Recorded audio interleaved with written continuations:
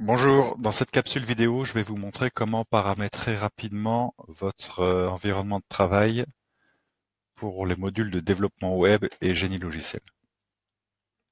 Je vais utiliser le campus numérique et donc utiliser le logiciel VMware Horizon Client qui nous permet de se connecter aux machines virtuelles. J'ai tapé mon login mot de passe et je vais lancer PHP Storm.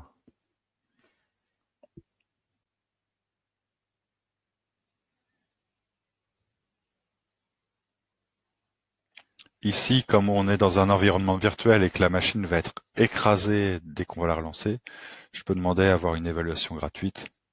Pas besoin de rentrer de numéro de licence. On repart à chaque connexion à la machine virtuelle, on repart pour 30 jours de disponibilité.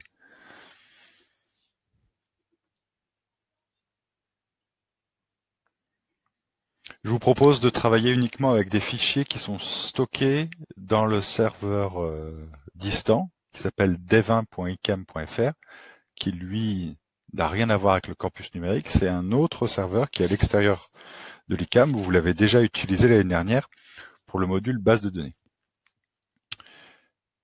Vous pouvez très bien créer un nouveau projet, repartir de zéro, mais ce que je vous propose pour être efficace, c'est d'ouvrir un projet préexistant que je vous ai mis à disposition et dans lequel il vous reste à rentrer le login mot de passe.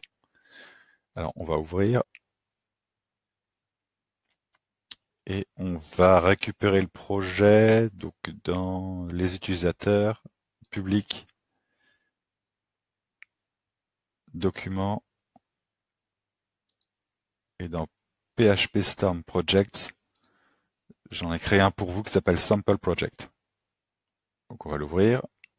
Donc, utilisateur, public, document, PHP Storm Projects, Sample Project. Donc à noter que ça se trouve sur le disque C2 de la machine virtuelle. C'est-à-dire que tout ce qui est modifié là-dedans pendant votre session, ça sera effacé, car la machine virtuelle est effacée lorsque vous la quittez. Si vous voulez sauvegarder des informations, il faudra utiliser un autre lecteur, Z, qui permet d'accéder au disque dur de la machine depuis laquelle vous vous connectez à la machine virtuelle. Donc C, en synthèse, C c'est un lecteur qui sera effacé parce qu'il est sur la machine virtuelle, et Z, c'est un lecteur qui pointe vers votre ordinateur physique.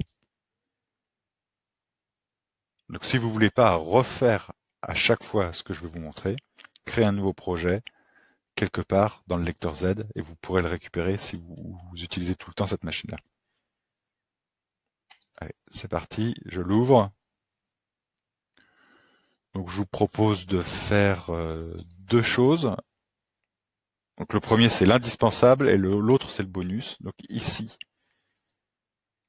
dans la machine distante, je vous ai préconfiguré un accès vers le serveur dev1.icam.fr pour manipuler vos fichiers. Bon, si jamais cette fenêtre n'est pas disponible, vous pouvez la retrouver ici dans Tools, Deployment, Browse Remote Host. Tools, Deployment, Browse Remote Host, qui ouvrira ce petit onglet sur le côté. Donc là, vous voyez ici, tout ce qui est année et nom de famille, ce sera remplacé par votre année de promo et votre nom de famille. Donc, je vais cliquer là-dessus sur les trois petits points pour faire la modif. Alors, donc mon login, ça pourrait être 2021-Fazani. A priori, ça sera pas votre nom de famille à vous, donc changez-le.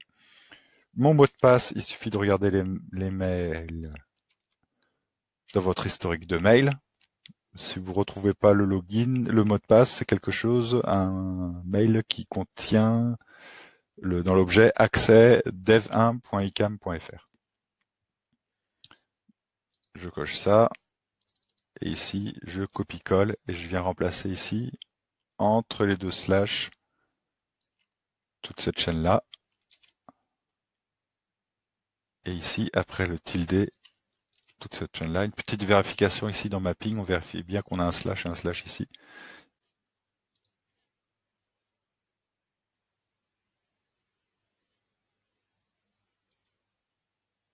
Et je vais pouvoir maintenant créer un premier répertoire.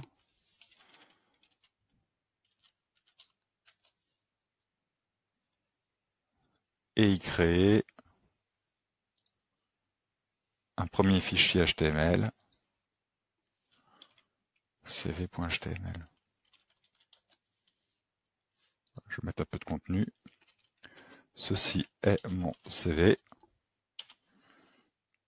Pour envoyer mes modifications sur le serveur, il faut que je clique ici sur cette fenêtre, sur ce bouton, pardon, envoyer le fichier sur le serveur. Voilà. Si je veux naviguer dessus, par exemple avec Google Chrome, dans la petite fenêtre qui apparaît en haut à droite, ici, on choisit un navigateur. Voilà. On voit bien ici qu'on surfe sur mon espace perso, dans le sous-répertoire test config, et qu'on a ouvert le fichier qui s'appelle cv.html, dont le contenu est ceci est mon CV. Voilà. Je vous ai présenté ce qui vous est nécessaire pour travailler dans votre